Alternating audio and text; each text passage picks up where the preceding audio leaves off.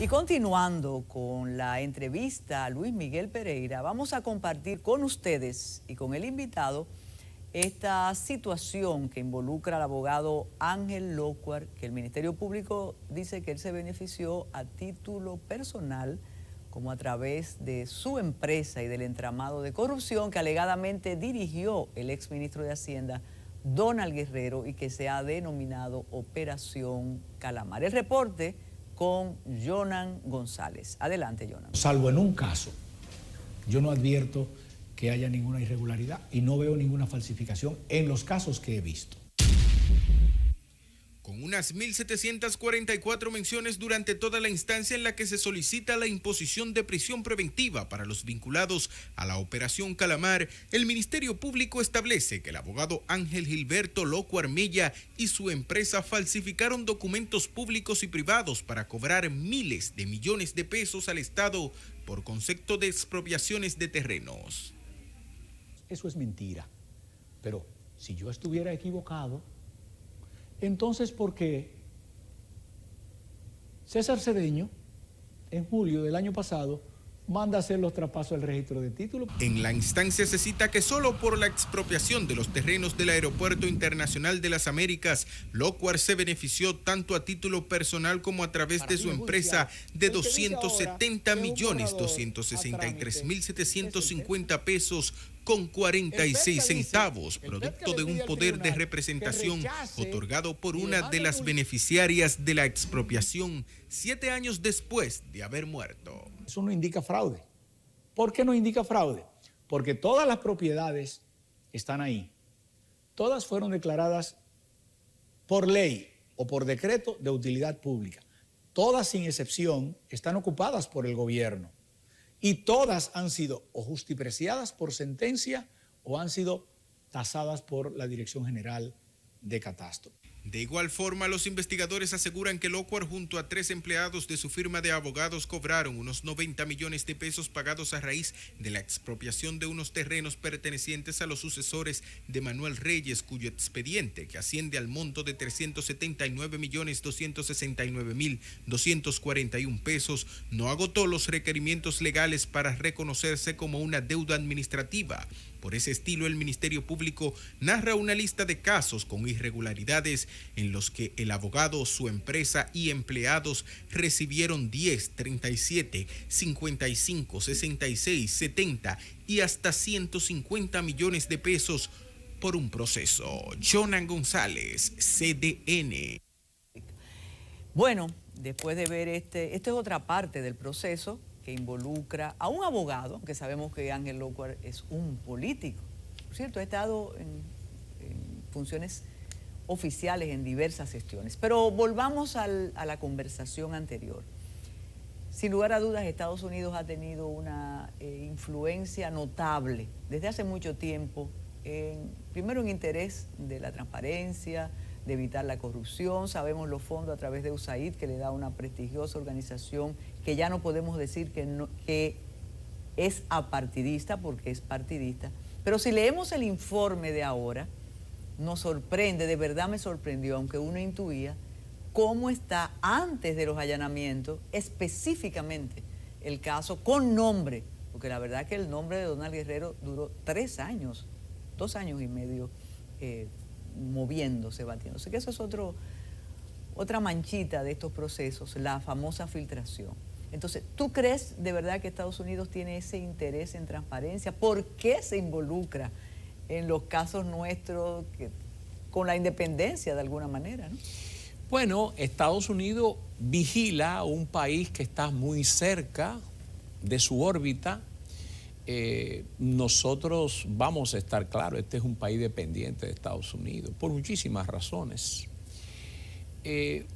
Estados Unidos no quiere que el sistema de alguna manera se desestabilice. Yo creo que era conocido por Estados Unidos que los 5 gobiernos del PLD, 3 de Leonel, 2 de Danilo Medina, saturaban un poco el proceso democrático. Estados Unidos entendía, esa es mi percepción, que era saludable para la democracia dominicana que hubiese cierta oxigenación, que hubiese un reciclaje, por un lado. Por el otro lado, había mucho descontento con el hecho de que muchos PLDistas habían adquirido poder económico y poder político. Y competir resultaba, sobre todo para algunos empresarios, difícil y creó resquemores y disgustos. Entonces Estados Unidos tiene una cosa interesante, y es que Estados Unidos habla para un lado y para otro. Por ejemplo, Estados Unidos dijo hace poco que la prensa dominicana estaba cooptada. Eso no se comunicó, no hubo mucha repercusión, no se comentó mucho, pero hay un informe previo donde yo recuerdo que ellos hablaban de que parte de eso tendría que ver posiblemente con los gastos que se hacen en publicidad. Y eso no se comentó mucho. Ahora, Estados Unidos no solamente se refiere al caso de Donald Guerrero. Estados Unidos, en sus reportes del 2022, el Departamento de Estado se refiere también a dinero del narcotráfico, sí, que va a las campañas de los partidos políticos. Y eso no ha recibido gran despliegue. Y sin embargo lo dice. Lo que te quiero decir, que quizás Estados Unidos en un momento determinado puede tomar una posición, como fue por ejemplo la de Pompeo, cuando la famosa llamada al presidente Danilo Medina haciéndole saber que había que proteger la institucionalidad del país, que ellos entendían que un intento de modificación de la Constitución no era saludable. Y en ese momento se vio. Pero ese mismo Estados Unidos es el que está hablando de financiamiento de campaña con fondos oscuros. Y es el mismo que dice que le llama la atención temas de deportaciones o bien los intercambios de disparos, que también aparecieron en el reporte. O sea que Estados Unidos juega su papel, obviamente, protege sus intereses, tiene su agenda, y su agenda no siempre se aviene con la agenda dominicana, como pasa, por ejemplo, con el tema haitiano. Que, por cierto, hemos descansado del tema haitiano con todos estos inconvenientes de estos días. No se habla de Haití después que era el tema número uno. Y a propósito de Estados Unidos y de esa vigilancia constante, llama la atención que el financiamiento de campañas de parte del narco no se airea en la República Dominicana. Quizás es muy delicado el tema, y con los narcos recuerda que no se juega porque es plata o plomo. Y el aspecto importante y político del caso Calamar es el financiamiento de campaña, y todo lo que se ha pedido con reformas a la ley electoral y de agrupaciones, partidos políticos, nos damos cuenta que todo era discurso de las agencias de la sociedad civil, pero que eso no se consigue modificar, porque si buscas los artículos que hablan de financiamiento de campaña, Luis Miguel, es multa. Por eso la acusación tiene enriquecimiento ilícito, lavado de activos, asociación de malhechores, porque si es por las penas previstas en el 79 de la ley de partidos, agrupaciones y movimientos políticos, simplemente pagando el triple, dependiendo del monto, se van tranquilitos y honrados para su casa. Y otro aspecto, el individuo que lleva el dinero, confiesa y se va para su casa. En este caso, que hay tres que cantaron. En este caso, que de lo que sabemos, hay 3 personas que fueron delatores premiados y que yo no creo que vayan a ser encartados. Me imagino que hubo una negociación, no lo sé, y ellos han cooperado y deben haber sido piezas claves para reconstruir todo lo que pasó. El problema con la figura, que obviamente la normativa lo permite, es que el delator siempre está pensando, Carmen, cómo salva el pellejo. Y salvando el pellejo muchas veces te excedes o cooperas más de la cuenta sencillamente por conseguir el mejor de los acuerdos. Y obviamente eso va a ser un tema de valoración de esa prueba en la jurisdicción de juicio y ver esas declaraciones que tanto se corroboran con pruebas complementarias, alternas, y también qué grado de credibilidad le merecen a los jueces del fondo. O sea que eso habrá que verlo. Lo único que uno sí lamenta, ver personajes que ya tienen trayectoria. Yo estaba viendo, por ejemplo, a Pagán. Pagán está también en el caso Antipulpo. Como delator también se salvó como delator. Y entonces tú dices, la verdad que hay gente que asume roles en la vida difíciles, ¿no? De entender. O sea, él siempre está en la sentina y siempre coopera, ¿no? Y está allí. Pero ellos han sido vitales para reconstruir esto. Sin esos testimonios, reconstruir esto hubiese tomado mucho más tiempo y posiblemente no se llega a un muñeco tan bien armado como el que aparenta después que uno lee las medidas de coerción. Luis Miguel, pero tú sabes por tu experiencia que una delación es importantísima para preparar la acusación, pero luego una delación, al momento de la valoración de las pruebas en la jurisdicción de juicio, se convierte en aquello de los pleitos de recreo en el patio de las Salles, que tú me dijiste y que yo te dije, o que él te dijo, entonces eso tiene sus riesgos, ¿no? Tiene muchos riesgos y para los que crean que lo que ocurrió y que ahora se está conociendo es primera vez, yo dudo mucho que eso haya sido la primera vez. En este país, las campañas siempre se han financiado de una manera espuria, por decirlo con un epíteto no doloroso. Los partidos políticos dominicanos mayoritarios han estado siempre en terrenos oscuros. Y lo digo porque el fracaso con la modificación de la ley electoral y la ley de partidos es verdaderamente doloroso. Yo vi esa foto del presidente de la Junta Central Electoral y es un poema. Y él lo dijo cuando la aprobaron, se perdió una gran oportunidad. Una multa, Carmen, para un asunto que están hablando de 3.000 millones. Pero es la primera vez, ha ocurrido montones de veces. Cuando los partidos van y son gobierno y se van a reelegir, normalmente hay instrucciones de que hay que conseguir los fondos. Y los políticos de a pie, el político de campo, es el que se encarga de armar los muñecos. Algunos son menos pecaminosos, ir al sector privado, organizar cenas, eventos, en fin. Pero hay otros que son un poco más pecaminosos y que dependen del erario público. La diferencia es que estos se están investigando, otros no se han investigado.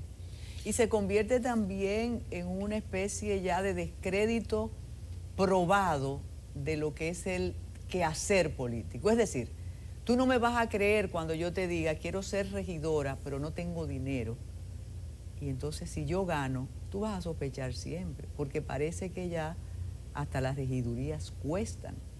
Entonces, no podemos seguir con los discursos éticos en política, porque esa funda de dinero va a todos, en todas las jurisdicciones, y no importa el cargo.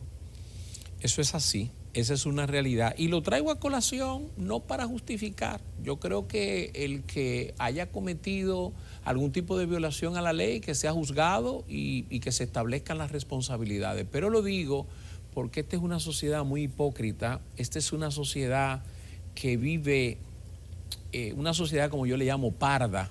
Entonces, dependiendo quién juzgue, si son tus pervertidos, tus corruptos, tú miras hacia la izquierda, te tapas las narices, pero si son los otros, hay una agresividad enorme. Y una sociedad tú no la puedes construir así, sobre todo que esta es una sociedad todavía con signos medievales y con mucho retraso.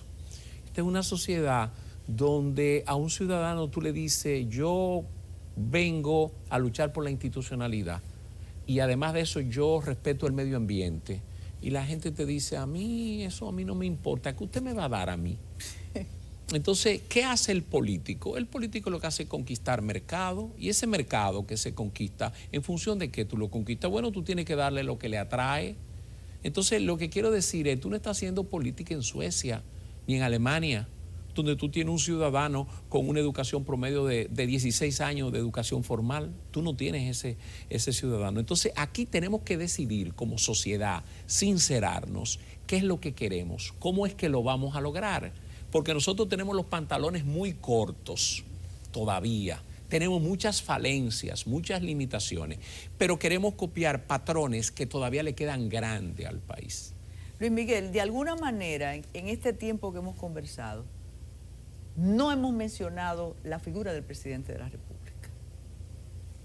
En otras épocas, podríamos decir, Balaguer metió preso a Salvador Jorge Blanco, o a Hipólito Mejía, un senador, o el PLD no lo quería y lo quiere someter, lo quiere deshonrar, que dicho sea de paso, aquí ha habido muchos sometimientos por corrupción, pero después salen, muchísimos. Podríamos mencionar cantidad de funcionarios del PLD que estuvieron en Najayo, iba a decir la preventiva. El primer gobierno del PLD tuvo varios funcionarios claro en Najayo. Entonces, no mencionar al presidente de la República indica que él está en su cumbre y él no sabe nada de lo que está pasando en relación a ministros de la administración anterior, posiblemente algunos por asuntos sociales conocidos, muy conocidos de él, y a un ex candidato, el que fue a las elecciones con él. Es que eso no le estamos dando la contundencia que tiene. Entonces tú piensas efectivamente que la agenda del presidente está ajena a esto. Eso no lo toca a él. Yo no creo que su agenda esté ajena. Eso no es verdad y el que crea eso peca de ingenuo a propósito o sencillamente porque es ingenuo. Y yo las dos cosas la dudo. En política eso no funciona así, porque el presidente tiene muy buenos estrategas, tiene muy buenos asesores y las cosas que pasan, como la del domingo, inmediatamente se miden en cuanto al impacto y si son favorables o no son favorables. Ahora, yo creo que la agenda que a él lo ayudó a llegar, que es la lucha anticorrupción, se le puede ir de la mano o se fue de la mano y que hay efectos políticos que van aparte del proceso judicial, pero que son repercusión de ese proceso. A partir del domingo, el PLD prácticamente lo acercaron 2 metros al expresidente Fernández. Y una candidatura de Leonel Fernández, consolidado con Abel y unido al PLD, le puede poner los números difíciles al presidente, que hasta ahora va navegando prácticamente solo hacia una reelección, pero falta 1 año y medio. Si el PLD se compacta con Leonel Fernández, en mi humilde opinión, la situación se le puede complicar.